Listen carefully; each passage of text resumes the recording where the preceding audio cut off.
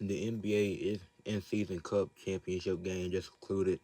The Milwaukee Bucks defeated the OKC Thunder 97-81.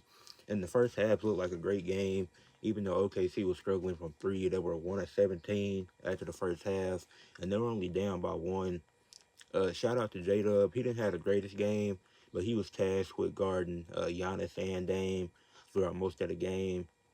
And they both still had good games, but just having that task alone is a tough challenge, and he was willing to take it on. One thing I didn't get with OKC is why they had Caruso on Giannis for a few plays, because they didn't really do nothing. Giannis was able to get to the basket easily. Giannis finished with 26 points, 19 rebounds, 10 assists, 2 steals, and 3 blocks. Shot 10 and 19 from the field, and he's still yet to shoot under 50% from the field in a game. Dame had 23 points, 4 assists, 4 rebounds.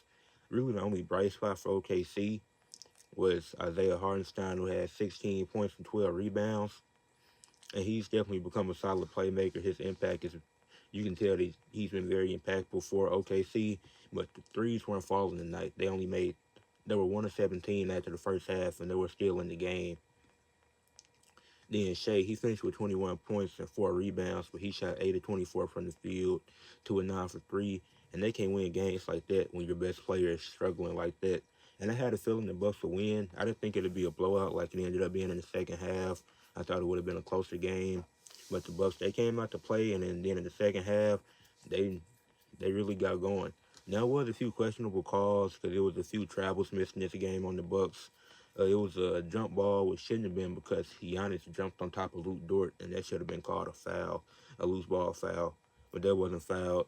That wasn't called a foul. So there was a few texts in this game giving the Luke Dort and Mark Dayton all, but they were justified in being mad in that moment. But then they just ended up selling the game. I mean, it was close, and in the first half, OKC only had 3 turnovers. Then in the third quarter, they had 6 alone. So that definitely hurt them and helped the Bucks to get that lead.